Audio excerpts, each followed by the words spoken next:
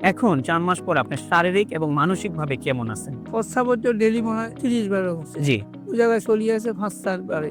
আলহামদুলিল্লাহ। খাবার রুচি থাকতো না। আমি ১০০ গ্রাম ছাড়া ভাত খেতে পারতাম না। ওইটাও আমার আল্লাহর আল্লাহর রহমতে রুচিটাও আজকে খেতে রুচিও পারতেছেন। জি। তো সব দিকে আমি ২ মাস বাড়ি থেকে কোনো দিকে বার দিতে পারিনি। ২ মাস পরে আল্লাহর রহমতে আমি চেম্বারে বসে রুগীও দেখতেছি এবং এর মাঝে ভিত্তে লাইন ধরিয়ে ওষুধ রাখছি। রুগীও খাইয়ে ওষুধও খাইয়ে মানে আপনি রোগীও দেখতেছেন, আল্লাহর রহমতে আমাদের ওষুধগুলোও খাচ্ছেন। ওষুধও খাইয়ে। যাক আলহামদুলিল্লাহ, আল্লাহ কবুল করুক। আসসালামু আলাইকুম ওয়া রাহমাতুল্লাহি ওয়া বারাকাতুহু। আমি ডক্টর মোহাম্মদ আসলাম, ডিএইচএমএইচ বিএইচবি ঢাকা, বিএইচএমএইচ অনকোর্স ঢাকা বিশ্ববিদ্যালয়। বর্তমানে বিশ্বনন্দিত ক্যান্সার চিকিৎসক অধ্যক্ষ ডক্টর এসএন সারোয়ার স্যারের চেম্বার গণস্বাস্থ্য হোমিওতে ক্যান্সার চিকিৎসক হিসেবে নিয়োজিত আছি। আল্লাহর রহমতে আজকে আমি আপনাদেরকে পরিচয় করিয়ে দিতে যাচ্ছি আমাদের একজন পেশেন্ট, যিনি আলহামদুলিল্লাহ আল্লাহর রহমতে গল ব্লাডার সিএ থেকে উনি আলহামদুলিল্লাহ আল্লাহ ওনাকে মাফ করেছেন। ওনার সাথে আমরা সরাসরি পরিচয় হতে যাচ্ছি এবং ওনার মুখ থেকে আমরা শুনবো ওনার বিস্তারিত চিকিৎসা ব্যবস্থা, ওনার সবকিছু।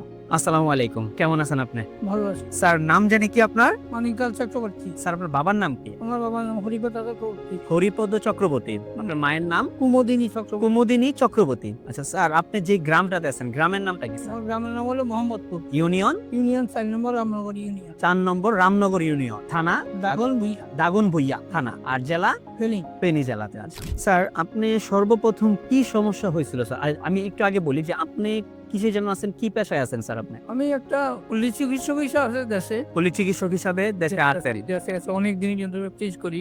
জি। 1976 এর থেকে আমি প্র্যাকটিস। প্র্যাকটিস করতেছেন? হ্যাঁ। আচ্ছা আচ্ছা। তো আমার হঠাৎ করেই সকালবেলায় আমার বুকে ব্যথা ছিল, পরে আসতে পারে। হুম। পেটে যাওয়ার পরে আমি ওষুধ ইনজেকশন যাই দিছি হয়নি। হুম। লগে লগে বাড়ি আমি সিটি স্ক্যান করাইছি, আলট্রা করাইছি। এগুলা করার পরে দেখা যাচ্ছে কিছু কয় না। যখন ঢাকাতে আসলাম পরে ডাক্তার দেখালেও ক্যান্সার, ওরা বলছে যে ক্যান্সার। তখন বলছি যে অপারেশন করতে হবে। তখন আমি বললাম যে কি অপারেশন করবেন? এখানে তো 3টা লেয়ার, আপনি যে অপারেশন করবেন আমাকে, আমার পেটের সামনে হলো পাতলা, 2 নম্বর হলো আমার ডায়াবেটিস, সব গুণে আছে। এখন আমি কতটুকু শিওর আমি যে ভালো বলে সেটা বলতে পারবো না। আচ্ছা আচ্ছা। বলে না আমি তো বলুন অপারেশন করে কাটিয়ে গেছি, না বই থাকবো। কিছুদিন গেলে ধরবো হসা দিলে কইবেন থেরাপি দাও। অনেক সময় থেরাপি দিতে দিতে থেরাপি টানা লাগু রুগী মরে যায়। হ্যাঁ হ্যাঁ।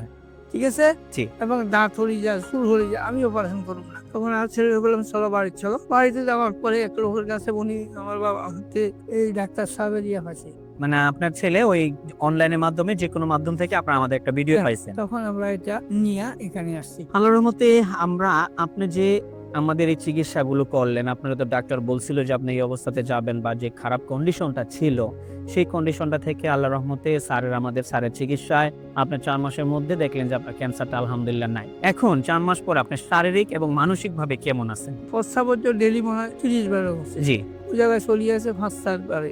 আলহামদুলিল্লাহ। খাবার রুচি থাকতো না। আমি ১০০ গ্রাম ছাড়া ভাত খেতে পারতাম না। ওইটাও আমার আল্লাহর রহমতে রুচিটাও আজকে খেতে রুচিও পারতেছেন। জি। তো সব দিকে আমি ২ মাস বাড়ি থেকে কোনো দিকে বার দিতে পারিনি। ২ মাস পরে আল্লাহর রহমতে আমি চেম্বারে বসে রুগীও দেখতেছি এবং এর মাঝে ভিত্তে লাইন ধরিয়ে ওষুধ রাখছি। রুগীও খাইয়ে ওষুধও খাইয়ে। মানে আপনি রোগীও দেখতেছেন, আল্লাহর রহমতে আমাদের ওষুধগুলোও খাচ্ছেন। ওষুধও খাইয়ে। যাক আলহামদুলিল্লাহ, আল্লাহ কবুল করুক। আলহামদুলিল্লাহ, আমরা ওনার জন্য সর্বোচ্চ দীর্ঘায়ু কামনা করি। আল্লাহ তাআলা ওনাকে যেমন আজকে মাফ করছেন, ওনাকে যাতে মৃত্যুর আগ পর্যন্ত আল্লাহ অন্তত সমস্ত প্রকার রোগ থেকে, অন্তত ক্যান্সার থেকে যাতে মুক্ত রাখেন, আমরা সেই আশায় আছি।